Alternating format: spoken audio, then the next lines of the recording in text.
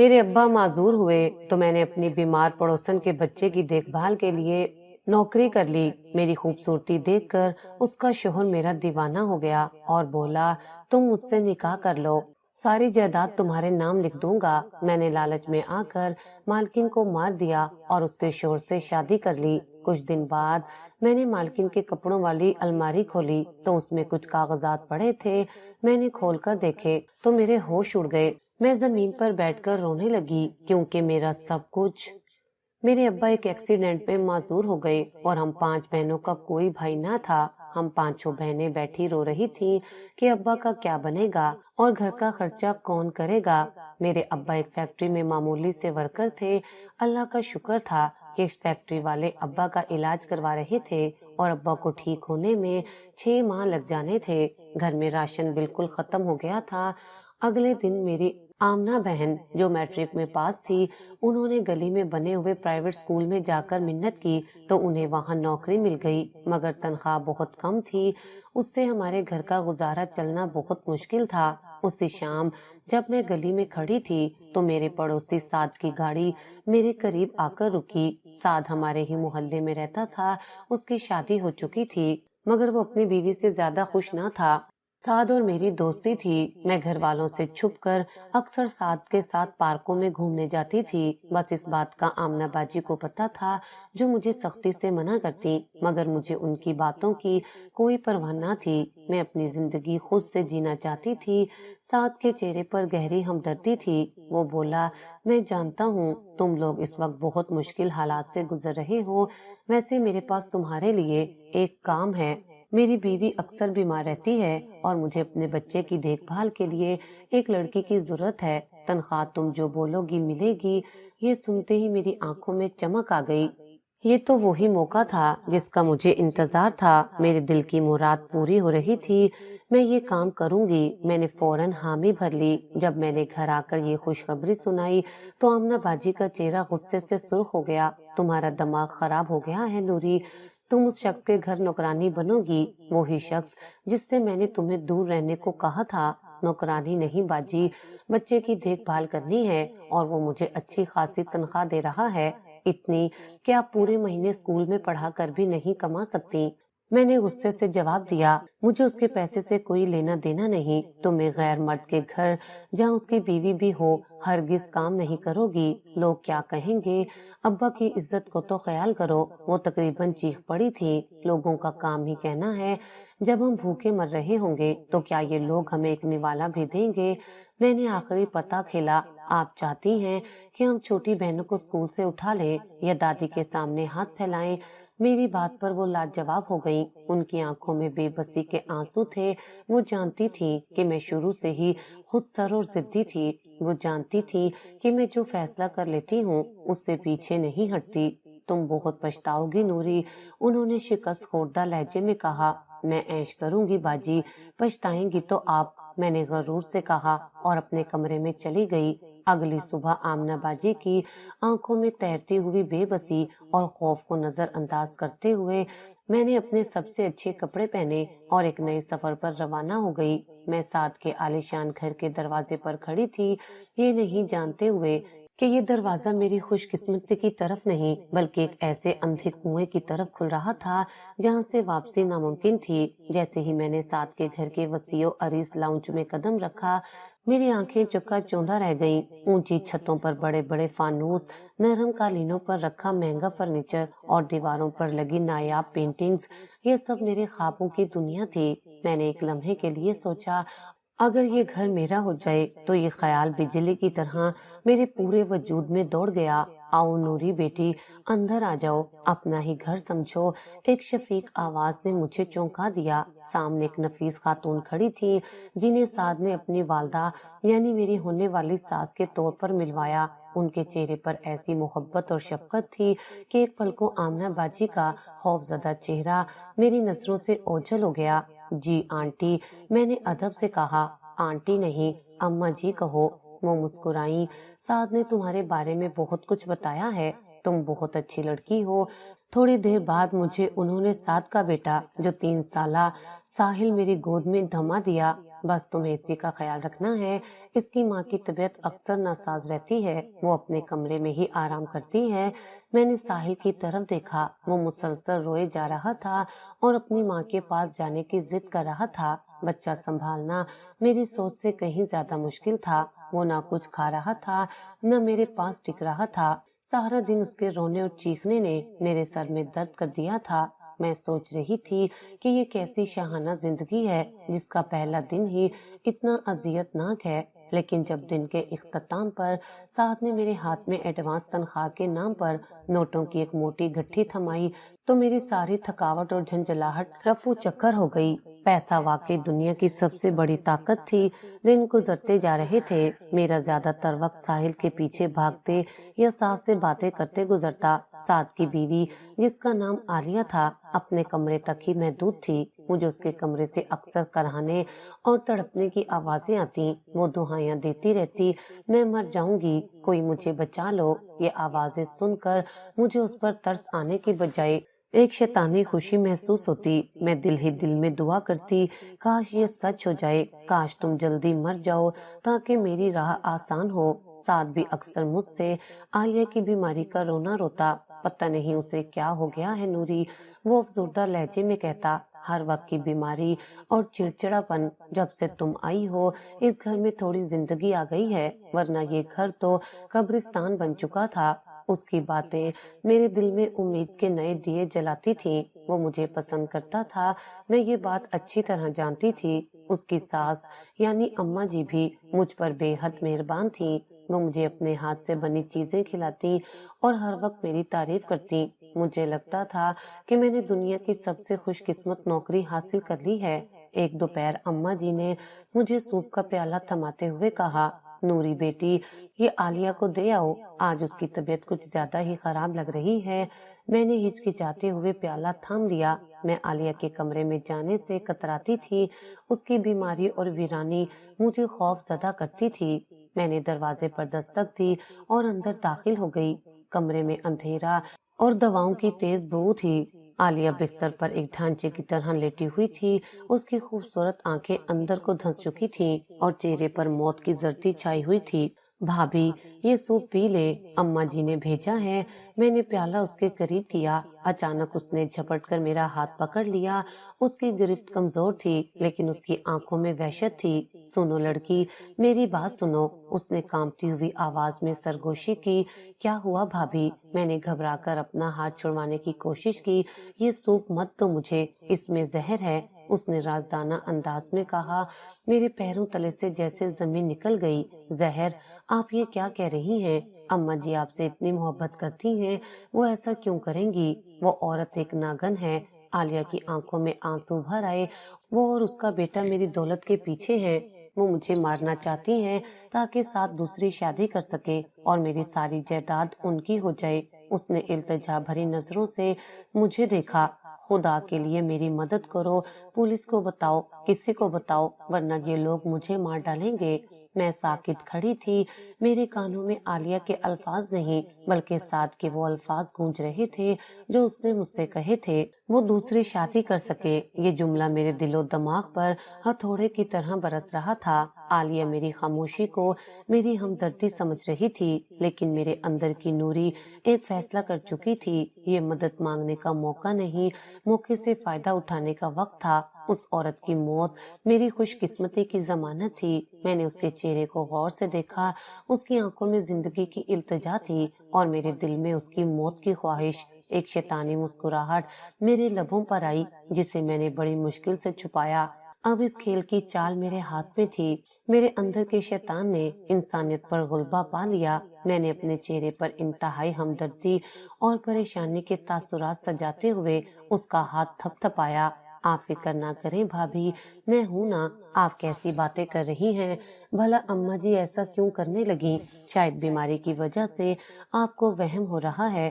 آپ آرام کریں، میں دیکھتی ہوں میں کیا کر سکتی ہوں۔ میرے جھوٹے دلاسے پر اس کی آنکھوں میں امید کی ایک کرن چمکی۔ میں نے سوپ کا پیالہ سائڈ پر رکھا اور تقریباً بھاگتے ہوئے اس کے کمرے سے باہر نکل آئی۔ میرا دل زور زور سے دھڑک رہا تھا، مگر خوف سے نہیں بلکہ ایک عجیب سی شیطانی خوشی اور ہجان سے۔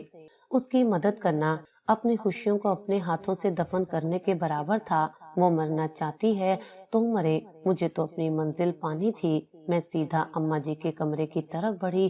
وہ تسبیح پڑھ رہی تھی۔ میرے چہرے پر ہوائیاں اڑتی دیکھ کر وہ فوراً اٹھ بیٹھی۔ کیا ہوا نوری بیٹی، خیریت تو ہے؟ تم اتنی گھبرائی ہوئی کیوں ہو؟ میں نے ہکلاتے ہوئے بولنا شروع کیا۔ اماں جی، وہ عالیہ بھابھی، کیا کہا اس نے؟ کچھ چاہیے اسے؟ ان کے لہجے میں فکر مندی تھی۔ نہیں اماں جی، میں نے نظریں جھکا لی۔ انہوں نے مجھ سے کہا آپ ان کے کھانے میں زہر ملاتی ہیں۔ وہ کہہ رہی تھی کہ آپ انہیں مارنا چاہتی ہیں۔ ایک لمحے کو اماں جی کے چہرے پر گہرا سناٹا چھا گیا۔ ان کی شفیق آنکھوں میں ایک سرد لہر دوڑ گئی، پھر اچانک ان کی آنکھوں سے آنسو بہنے لگے۔ ہائے اللہ، میں کیسی بد نصیب ساس ہوں، جس کی دن رات خدمت کرتی ہوں وہی مجھے قاتل سمجھتی ہے۔ سعد کو بتاتی تو وہ یقین نہ کرتا۔ اب تو نے بھی سن لیا، اب تو مجھے ہی اس گھر سے نکلنا پڑے گا۔ وہ اٹھ کھڑی ہوئی، یہ ان کا داؤ تھا اور میں یہ جانتی تھی۔ میں فوراً ان کے قدموں میں بیٹھ گئی۔ نہیں اماں جی، خدا کے لیے ایسا مت کہیں، میں عالیہ بھابھی پر نہیں آپ پر یقین کرتی ہوں۔ میں جانتی ہوں آپ ایک فرشتہ ہیں اور وہ بیماری کی وجہ سے بہکی بہکی باتیں کر رہی ہیں۔ میں آپ کے ساتھ ہوں، آپ جو کہیں گی میں کروں گی، بس مجھے اس گھر سے مت نکالیے گا۔ میرے آخری جملے نے تیر کا کام کیا۔ اماں جی نے مجھے اٹھا کر گلے سے لگا لیا۔ ان کی آنکھوں میں آنسو تھے، لیکن ان کے لبوں پر ایک فاتحانہ مسکراہٹ تھی۔ مجھے معلوم تھا تو بہت سمجھدار لڑکی ہے، تو نے آج ثابت کر دیا کہ تو اس گھر کے لائق ہے، تو میری بیٹی ہے، اب تو فکر مت کر۔ انہوں نے اپنی الماری سے ایک چھوٹی سی پڑیا نکالی۔ یہ کوئی زہر نہیں ہے، بس ایک سکون کی دوا ہے۔ عالیہ ہر وقت چیختی چلاتی ہے، جس سے سعد کا سکون بھی غارت ہو گیا ہے۔ تو بس اس کے کھانے میں یہ تھوڑا سا ملا دیا کر، اس سے وہ آرام سے سوئی رہے گی اور گھر میں سکون رہے گا۔ ان کا لہجہ اتنا سادہ اور معصوم تھا کہ کوئی بھی دھوکا کھا جاتا، لیکن میں جانتی تھی کہ یہ سکون کی دوا نہیں بلکہ موت کی طرف پہلا قدم ہے۔ میرے ہاتھ کانپ رہے تھے جب میں نے وہ پڑیا ان سے لی۔ ایک پل کو آمنہ باجی کا چہرہ میری آنکھوں کے سامنے گھوما۔ تم بہت پچھتاؤ گی۔ نوری کیا سوچ رہی ہے؟ اماں جی کی آواز نے مجھے چونکا دیا۔ کچھ نہیں اماں جی، میں نے فوراً خود کو سنبھالا اور مسکرائی۔ آپ فکر نہ کریں، جو آپ کہیں گی ویسا ہی ہوگا۔ اس دن میں نے پہلی بار عالیہ کے کھانے میں وہ پاؤڈر ملایا۔ میرے ضمیر نے مجھے ملامت کی، لیکن میرے دل نے دولت اور سعد کی محبت کا واسطہ دے کر اسے چپ کرا دیا۔ عالیہ نے مجھ سے پوچھا تم نے کسی سے بات کی تھی؟ بھابھی، میں نے معصومیت سے کہا، سب آپ کا وہم سمجھتے ہیں، آپ یہ کھانا کھا کر آرام کریں، پھر بات کریں گے۔ وہ میری آنکھوں میں سچ تلاش کرتی رہی اور پھر بے بسی سے کھانا کھا لیا۔ چند ہی لمحوں بعد وہ گہری نیند میں ڈوب گئی، ایک ایسی نیند جو نارمل نہیں تھی۔ اس رات گھر میں واقعی سکون تھا، ساحل بھی خاموش تھا۔ اماں جی نے سعد سے کہا، جا بیٹا، نوری کے پاس بیٹھ جا، سارا دن کام کر کے تھک گئی ہوگی۔ سعد مسکراتا ہوا میرے پاس آ کر بیٹھ گیا۔ تمہارے ہاتھ میں تو جادو ہے نوری، تمہارے آنے سے یہ گھر گھر لگنے لگا ہے۔ عالیہ بھی آج پرسکون ہے؟ جی وہ سو رہی ہیں، میں نے نظریں جھکا کر کہا۔ اس رات میں دیر تک سعد کے ساتھ باتیں کرتی رہی۔ وہ مجھے اپنے مستقبل کے منصوبے بتاتا رہا اور میں ان منصوبوں میں خود کو اس کی بیوی کے روپ میں دیکھتی رہی۔ رات 11 بجے جب میں گھر جانے کے لیے اٹھی تو سعد نے مجھے بڑی رقم تھماتے ہوئے کہا، یہ تمہارے لیے ہے، تم اس سے کہیں زیادہ کی حقدار ہو۔ پیسہ، محبت اور ایک روشن مستقبل، سب کچھ میری دسترس میں تھا۔ میں نے عالیہ کے بند دروازے کی طرف ایک سرد مسکراہٹ کے ساتھ دیکھا۔ وہ میری منزل کے راستے کا آخری پتھر تھی جسے ہٹانے کا کام میں نے خود شروع کر دیا تھا۔ دن ہفتوں میں اور ہفتے مہینوں میں بدلنے لگے۔ عالیہ کی حالت روز بروز بگڑتی جا رہی تھی۔ اماں جی کی دی ہوئی سکون کی دوا نے اسے ایک زندہ لاش بنا دیا تھا۔ وہ اب زیادہ تر وقت بے ہوش رہتی اور جب ہوش میں آتی تو اس کی آنکھوں میں صرف وحشت اور بے بسی ہوتی۔ میں اب اس کھیل میں اتنی ماہر ہو چکی تھی کہ میرے ہاتھ ذرا بھی نہ کانپتے۔ میں سعد کے دیے ہوئے پیسوں سے اپنی بہنوں کے لیے مہنگے تحفے لے کر جاتی۔ وہ تحفے قبول تو کر لیتی، لیکن آمنہ باجی کی آنکھوں میں میرے لیے حقارت بڑھتی ہی جا رہی تھی۔ یہ پیسہ حرام کا ہے،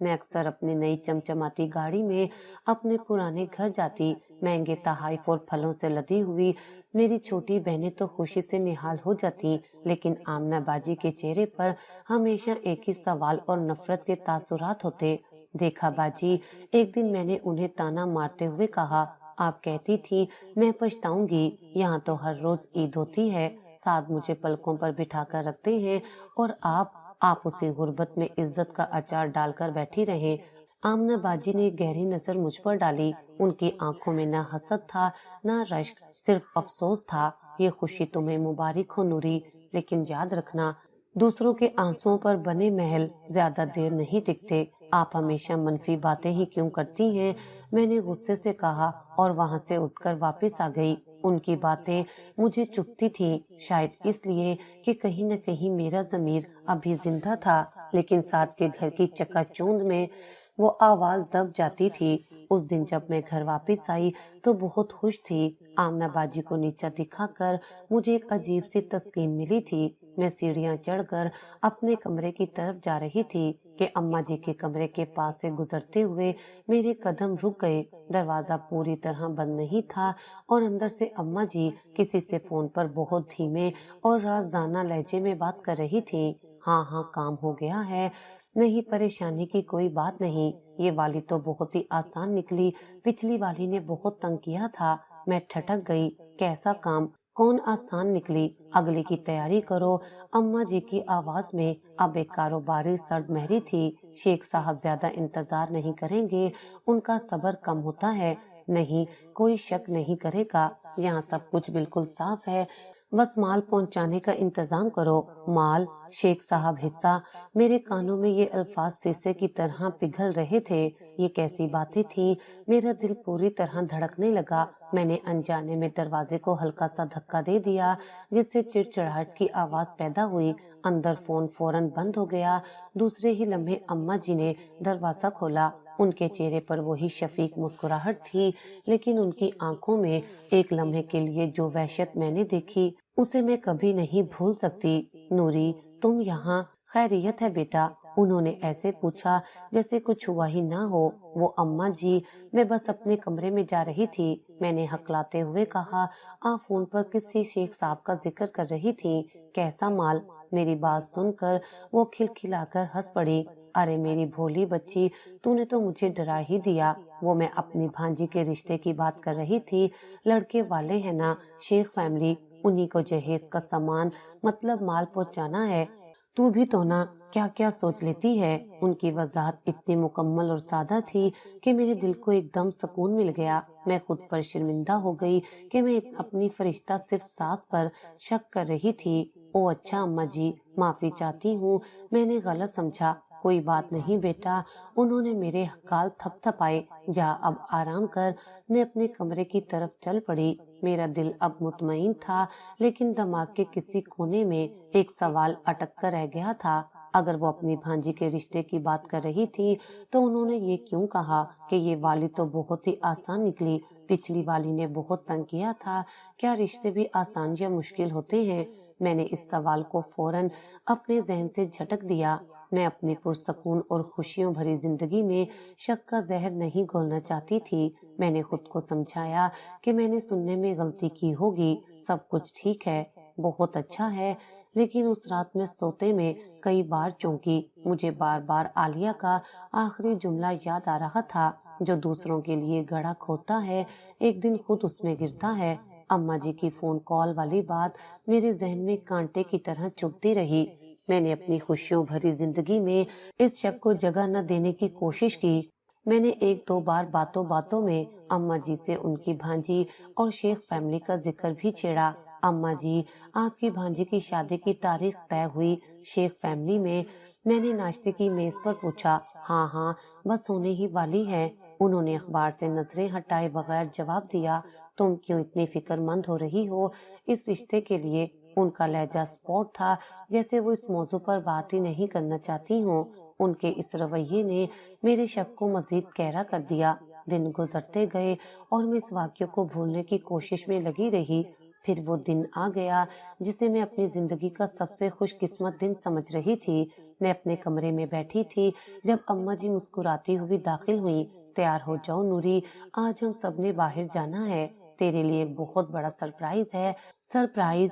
کیسا سرپرائز اماں جی؟ میں خوشی سے اچھل پڑی، مجھے لگا سعد نے میرے لیے کوئی خاص منصوبہ بنایا ہے، یہ تو وہیں جا کر پتہ چلے گا، جلدی سے سب سے خوبصورت والا جوڑا پہن لے۔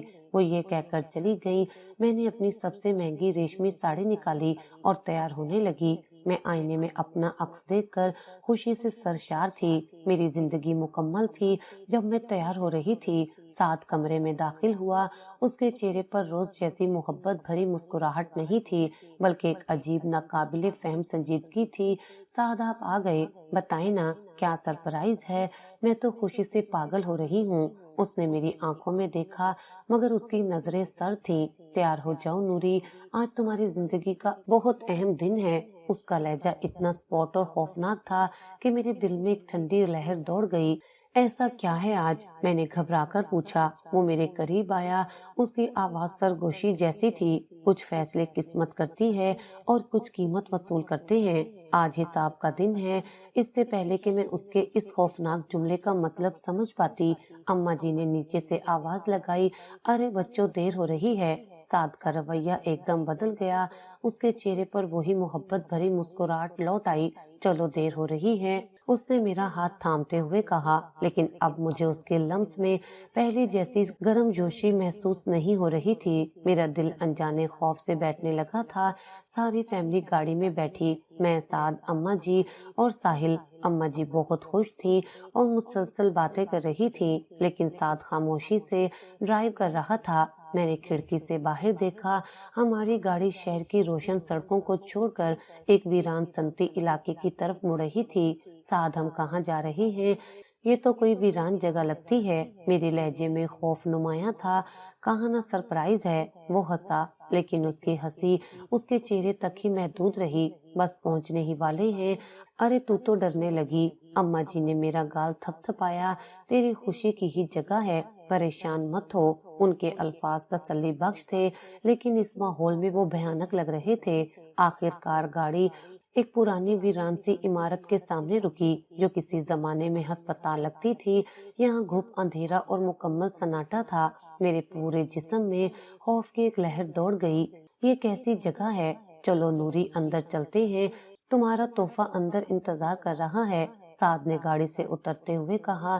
اماں جی نے ساحل کو گود میں اٹھایا اور سعد کے ساتھ چل پڑی۔ میں پتھر بنی وہیں کھڑی رہی۔ اندر چلو نوری، ڈرو مت، سعد نے مڑ کر کہا، اور اس کی آنکھوں میں ایک لمحے کے لیے ایسی بے رحمی تھی جو میں نے پہلے کبھی نہیں دیکھی تھی۔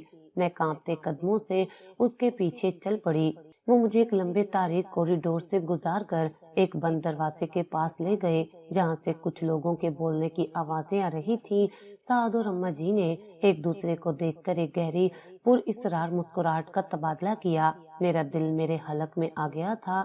سعد نے آگے بڑھ کر دروازے کو دھکا دیا۔ جیسے ہی دروازہ کھلا، سامنے کا منظر دیکھ کر میری چیخ میرے حلق میں ہی گھٹ کر رہ گئی تھی۔ میری آنکھیں دہشت سے پھیل گئیں اور میرے قدموں تلے سے زمین نکل گئی۔ یہ ناممکن تھا، یہ نہیں ہو سکتا تھا۔ کمرے کے بیچ میں ایک کرسی پر مکمل طور پر صحت مند اور تازہ دم عالیہ بیٹھی تھی، وہی عالیہ جسے میں نے اپنی آنکھوں کے سامنے بے جان ہوتے دیکھا تھا۔ اس کے چہرے پر کوئی بیماری یا کمزوری نہیں تھی، بلکہ ایک فاتحانہ طنزیہ مسکراہٹ تھی۔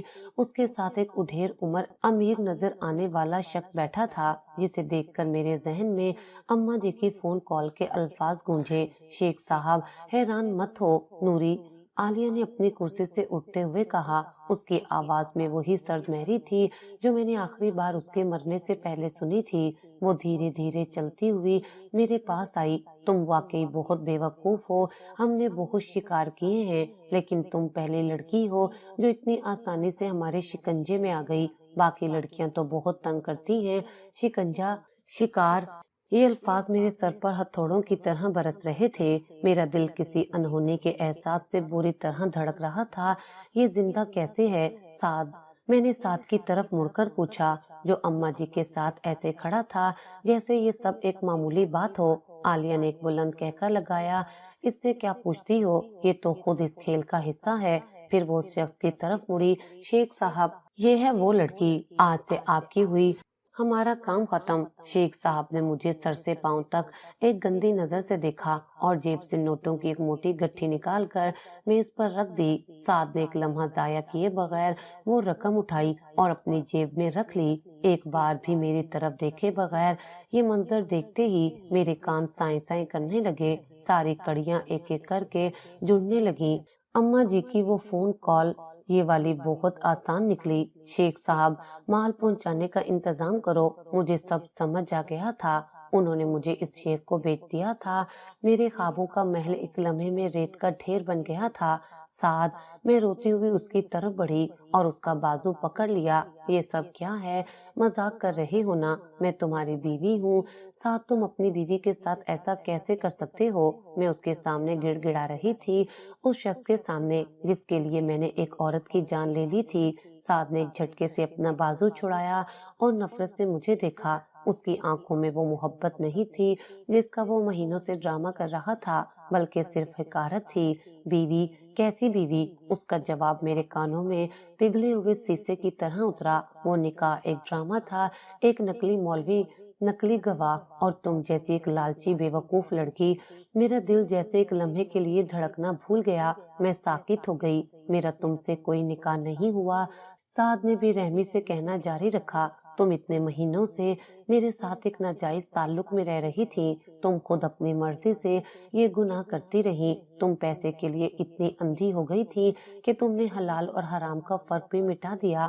یہ الفاظ میری روح کو چھلنی کر گئے تھے۔ مجھے بیچ دیے جانے کا دکھ اتنا بڑا نہیں تھا جتنا اس حقیقت نے مجھے توڑا تھا کہ میں نے اپنی عزت، اپنا سب کچھ ایک دھوکے اور گناہ میں لٹا دیا تھا۔ میں پیسے کے پیچھے گندی ضرور تھی، لیکن اتنی گھٹیا نہیں تھی کہ جان بوجھ کر اپنا ایمان اور اپنی عصمت داؤ پر لگاتی۔ مجھے رہ رہ کر آمنہ باجی یاد آ رہی تھی، ان کے الفاظ میرے کانوں میں گونج رہے تھے، دوسروں کے آنسوؤں پر بنے محل زیادہ دیر نہیں ٹکتے۔ عالیہ، سعد اور اماں جی دروازے کی طرف بڑھے۔ ہمارا یہی کام ہے، عالیہ نے مڑ کر فخر سے بتایا، ہم شہر شہر پھرتے ہیں اور تم جیسی اونچے خواب دیکھنے والی لڑکیوں کو اپنے جال میں پھنسا کر مہنگے داموں بیچ دیتے ہیں۔ خدا حافظ نوری۔ وہ تینوں باہر نکل گئے۔ دروازہ بند ہونے کی آواز میرے لیے پھانسی کے پھندے کی طرح تھی۔ میں اس ویران کمرے میں اس درندے شیخ کے ساتھ اکیلی رہ گئی تھی جو اب مجھے اپنی ملکیت سمجھ کر میری طرف بڑھ رہا تھا۔ دروازہ بند ہو چکا تھا۔ میں اس ویران کمرے میں ایک ایسے درندے کے ساتھ قید تھی جس نے مجھے خریدا تھا۔ میرے آنسو خشک ہو چکے تھے اور دل میں ایک سرد خوف کی لہر دوڑ رہی تھی۔ شیخ میری طرف بڑھا، اس کی آنکھوں میں گہری گندی چمک تھی۔ اب رونے دھونے کا کوئی فائدہ نہیں، جتنے میں تمہیں خریدا ہے اتنا تو وصول کروں گا۔ اس نے ایک غلیظ مسکراہٹ کے ساتھ کہا، خاموشی سے میرے ساتھ چلو گی یا زبردستی کرنی پڑے گی؟ اس کے الفاظ نے میرے اندر کے خوف کو ایک دم غصے میں بدل دیا۔ سعد، عالیہ، اماں جی، ان سب کے دھوکے باز چہرے میری آنکھوں کے سامنے گھوم گئے۔ انہوں نے مجھے صرف بیچا ہی نہیں تھا، انہوں نے میری روح کو بھی مار دیا تھا، لیکن اب میں انہیں جینے نہیں دے سکتی تھی۔ میرے اندر کی ٹوٹی پھوٹی نوری نے اچانک سر اٹھایا۔ اب فرار کا کوئی راستہ نہیں تھا، راستہ بنانا تھا۔ میں چلوں گی آپ کے ساتھ، میں نے کانپتی ہوئی آواز میں کہا، جان بوجھ کر خود کو کمزور ظاہر کرتے ہوئے، بس مجھے 1 منٹ دیں۔ اس فوری فرما برداری پر خوش ہو گیا۔ ہاں ہاں، یہی بہتر ہے، جتنا تعاون کرو گی اتنی آسانی میں رہو گی۔ وہ مجھے بازو سے پکڑ کر کمرے سے باہر لایا اور اپنی مہنگی گاڑی کی پچھلی سیٹ پر دھکیل کر خود ڈرائیونگ سیٹ پر بیٹھ گیا۔ گاڑی ایک بار پھر ویران سڑکوں پر دوڑنے لگی۔ میں نے کھڑکی سے باہر دیکھا، ہر طرف اندھیرا اور سناٹا تھا۔ میں جانتی تھی کہ اگر یہ شہر کی حدود سے باہر نکل گیا تو پھر سب کچھ ختم ہو جائے گا۔ میری نظریں گاڑی کے اندر کسی ایسی چیز کو تلاش کر رہی تھی جسے ہتھیار کے طور پر استعمال کیا جا سکے۔ میری نظر اس کی سیٹ کے ساتھ پرانی پانی کی دھاتی بوتل پر پڑی، وہ کافی وزنی لگ رہی تھی۔ شیخ نے فون پر کسی سے بات کرنا شروع کی۔ ہاں، مال اٹھا لیا ہے، اس نے کہا، بالکل ویسا ہی ہے جیسا بتایا تھا، صبح تک پہنچ جاؤں گا۔